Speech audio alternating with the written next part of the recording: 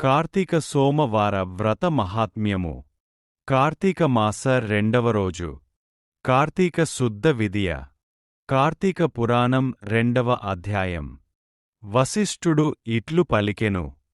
వశిష్ఠ మహాముని: రాజా, కార్తీక మహాత్మ్యమును వినుము.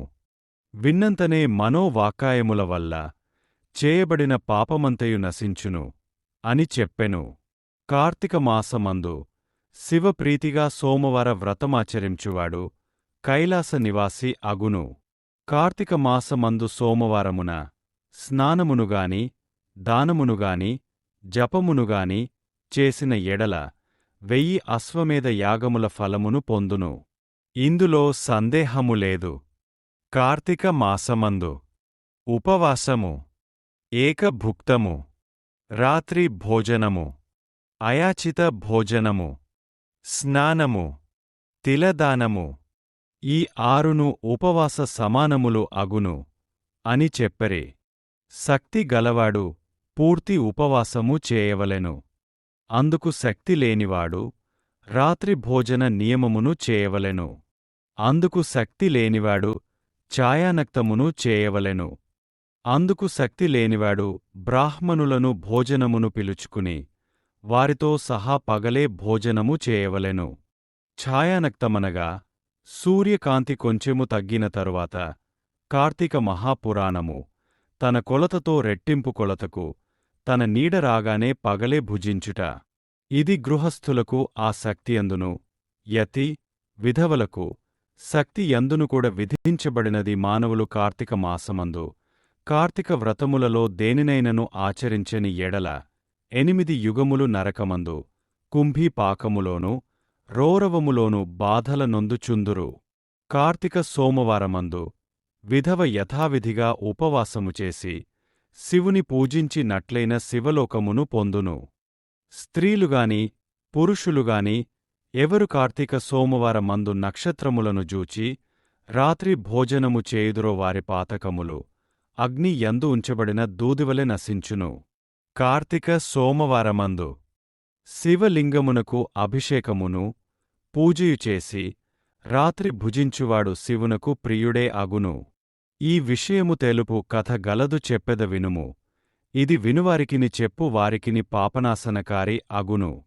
కాశ్మీర దేశమందొకానొక పురోహితుని కూతురు స్వాతంత్ర్యనిష్ఠురి అను పేరుగల ఒక స్త్రీ కలదు. ఆమె చక్కని రూపముతోనూ మంచి యౌవనముతో కూడియుండి తల దువ్వుకొని అలంకరించుకొని అతిగా మాట్లాడుచు జారత్వమును అనగా లంజదనమును అవలంబించి ఉండెను. ఆమె దుర్గణములను చూచి తల్లిదండ్రులును అత్తమామలును ఆమెను విడిచివేసిరి. ఆమె భర్త సౌరాష్ట్ర దేశస్థుడు. అతని పేరు మిత్రశర్మ. అతడు వేదాంగ పారంగతుడు. వేదములునగా ఋగ్వేదము, యజుర్వేదము, సామవేదము, ఆధర్వణ వేదము. అంగములనగా శిక్ష, వ్యాకరణము, ఛందస్సు, నిరుక్తము, జ్యోతిషము, కల్పము అనుననవి.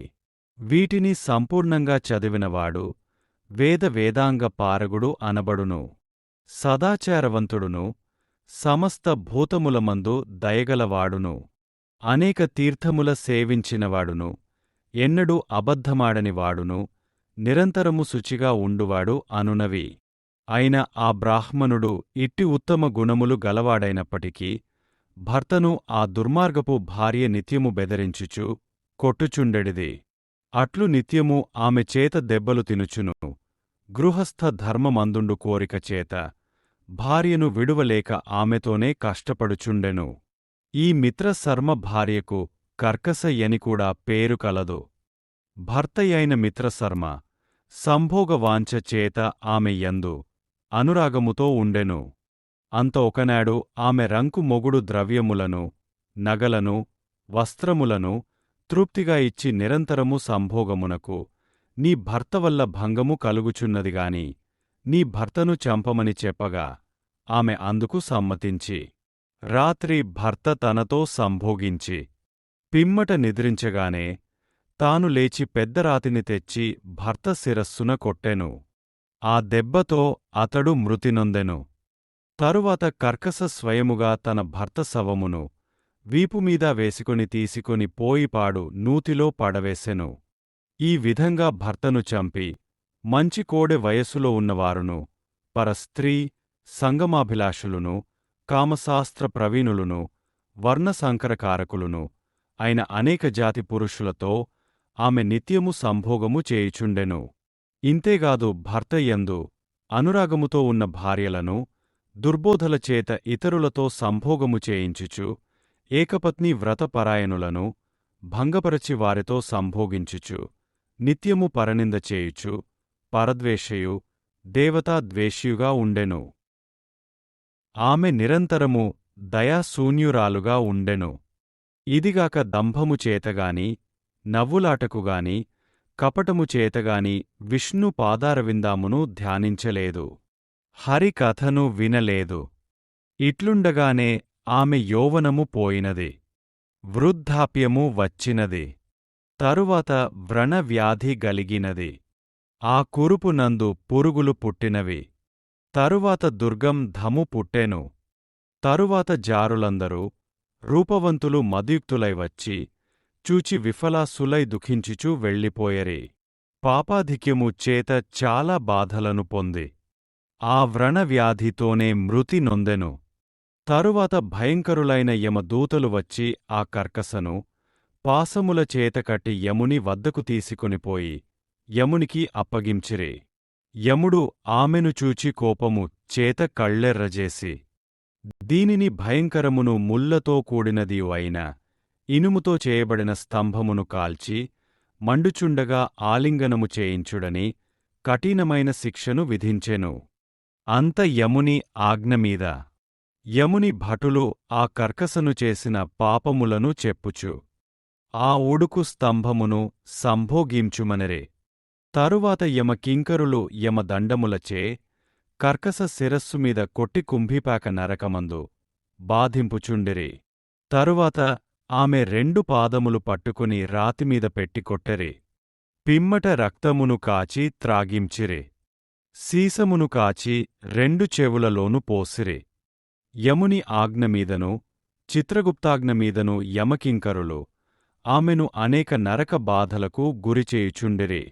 ఆ కర్కస ఇట్లు తన పితృపితామహులతోనూ తన బంధువులతోనూ తనకు పూర్వము 10 మంది పరము 10 మంది మొత్తం 20 తరములు తనతోగూడ మొత్తం 21 తరముల వారితో ఘోరములైన నరకములందు మహాబాధలు పొంది తరువాత భూమి యందు జన్మించెను. ఈ విధంగా భూమి యందు 15 మారులు కుక్కగా జన్మించినది.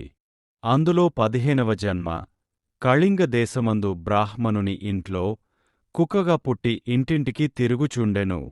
ఓ జనక మహారాజా, వినము. ఇట్లుండగా నొకానొప్పుడు ఆ బ్రాహ్మణుడు కార్తీక మాసమందు సోమవారము నాడు పగలంతా ఉపవాసము చేసి గృహమందు శివలింగాభిషేక పూజాదులను చేసి నక్షత్ర మండలమును చూచి గృహమునకు పోయి దేవనివదన చేసి పిమ్మట బలిదానము కొరకు బయటకు వచ్చి భూమిమీద బలిని ఉంచి కాళ్ళు కడుక్కొని ఆచమనము చేసి తిరిగి ఇంట్లోకి వెళ్ళెను. కుక్కకి ఆనాడు పగలంతయు ఆహారము దొరకనందున కృశించినదై కార్తీక సోమవారము కాలమున ప్రదోషదినమున ఆ బలిని భక్షించెను. ఆ బలి భోజనము చేత కుక్కకు పూర్వజాతి స్మృతి కలిగి బ్రాహ్మణోత్తమా, రక్షింపుము రక్షింపుమని పలికెను. ఆ మాట విని బ్రాహ్మణుడు బయటకు వచ్చి ఆశ్చర్యముతో, ఓ కుక్క, మా ఇంట్లో ఏమేమి చేసినావు, రక్షింపుమనుచున్నావు అని అడిగెను. కుక్క తన కథను ఇట్లు చెప్పెను. ఓ బ్రాహ్మణోత్తమా, వినుము. నేను పూర్వజన్మ మందు బ్రాహ్మణ స్త్రీని. పాపములను చేసిన దానను, కులటను, వర్ణసంకరమును చేసిన దానను, అన్యపురుషులను మరిగి నిజ భర్తను చంపినాను. ఇటువంటి పాపములు అనేకములు చేసి చచ్చి యమలోకమునకు పోయి అచ్చట అనేక బాధలను పొంది తిరిగి భూమికి వచ్చి 15 మారులు కుక్కగా జన్మించితిని. చివరికు ఇప్పుడు నాకు జాతి స్మరణమెట్లు గలిగి నదో చెప్పుము. విని తరించెదను. అనగా ఆ బ్రాహ్మణోత్తముడు ఈ మాట విని జ్ఞాన దృష్టితో చూచి తెలిసికొని ఇట్లు అనెను. ఓ సునకమా, ఈ కార్తీక సోమవారము నాడు ప్రదోష సమయము వరకు భుజింపక ఇప్పుడు నేనుంచిన బలిని భక్షించినావు. కనుక నీకు జాతి స్మృత గలిగినది అని పలికెను. ఆ మాట విని కుక్క, వేదాంగ పారగతుడవైన ఓ బ్రాహ్మణోత్తమా, ఈ కుక్క జాతినుంచి నాకు ఎట్లు మోక్షము కలుగునో చెప్పుమని అడిగెను. కుక్క ఇట్లు ప్రార్థించగా ఆ బ్రాహ్మణుడు పరోపకార బుద్ధితో కార్తీక సోమవారములందు తాను చేసిన పుణ్యములో ఒక సోమవార పుణ్యమును కుక్కకు ధారపోసెను. బ్రాహ్మణుడు సోమవార పుణ్యమును ఇవ్వగానే కుక్క దేహమును విడిచి ప్రకాశించుచున్న శరీరముగలదై ప్రకాశించెడి వస్త్రములను మాల్యములను ధరించి ఆభరణాలం కృతయే తన పితరులతోగూడా కైలాసానికి పోయి అచ్చట పార్వతీ పరమేశ్వరులని నిత్యము పూజించుచు ఆనందించుచుండెను. కాబట్టి కార్తీక మాసమందు సోమవార వ్రతము ఆచరింపతగినది. ఎవ్వడు కార్తీక సోమవార వ్రతమును చేయునో వానికి మోక్షము హస్తమందు ఉండును. శ్రీస్కాంద పురాణములోని కార్తీక మహాత్యమునందలి 2వ అధ్యాయము సమాప్తము. నా ఛానల్ని చూసి నేను పెట్టే ప్రతి వీడియోని చూస్తున్నందుకు మీ అందరికీ కృతజ్ఞతలు. దయచేసి నా వీడియోలని లైక్, షేర్ చేయండి. కుదిరితే కామెంట్ చేయండి. కొత్తగా చూసేవాళ్లు నా ఛానల్ని సబ్స్క్రైబ్ చేయండి.